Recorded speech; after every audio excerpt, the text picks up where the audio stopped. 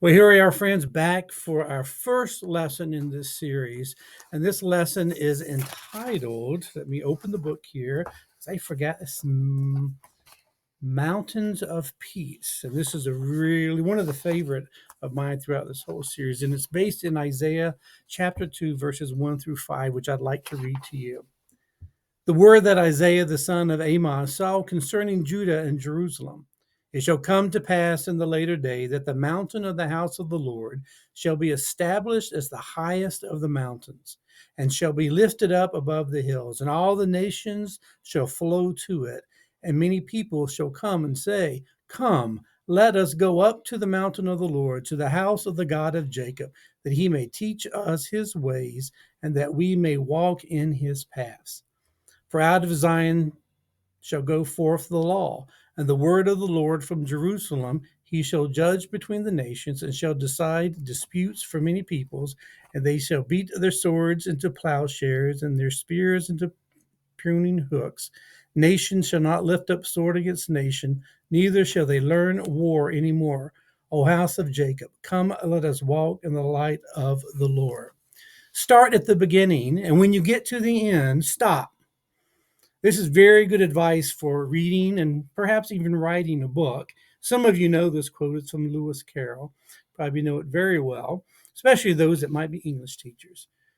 I've told some of you this story that sometimes when I read certain types of books, I'll read the last chapter first.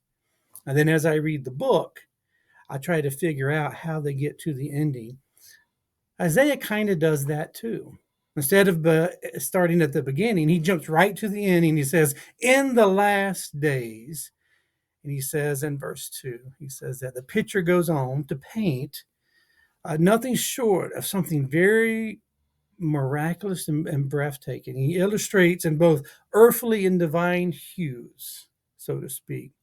And he begins to talk about this mountain range where one peak is much higher than all of those around it.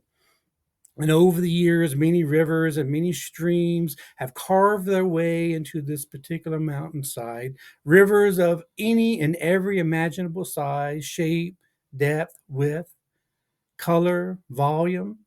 But there's also something very strange we need to think about too about these rivers. And if we look closer into this image that he's given us, these rivers do what? They float upwards or flow upwards, not downward like gravity would prescribe. These waters are drawn towards the top by some unseen force. Isaiah pictures Mount Zion, which is both the physical location of the Temple Mount and the symbolic representation of God's rule, God's reign, God's kingdom, as a city on a hill toward which all people one day will flow. Mount Zion becomes this spiritual point of connection where everybody will converge at one place, where all the tribes of all the tongues and all the different nations will meet to form one river, so to speak, a river whose streams make glad the city of God, Isaiah 46. But perhaps most interesting here is what's happening at the peak of Mount Zion. Unlike Israel's pagan neighbors, those all around Israel, whose deities and gods would fight bloody battles on top of Mount Zaphron. In opposition to that, on Mount Zion, we find peace. It is a place of peace. Here, swords are transformed into plows and spears refashioned into pruning hooks. And we see this agricultural imagery very well in the New Testament and also in the Old Testament. And this particular image takes us back to Genesis 2.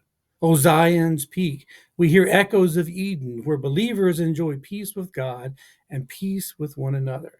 No more sin, no more curse, no more death, no more sorrow, all because through Christ Jesus, we have finally arrived at a true and better Zion. So, friends, there it is, our first lesson of coming home to Christ. We get this image of where eventually one day we will all come home to God together.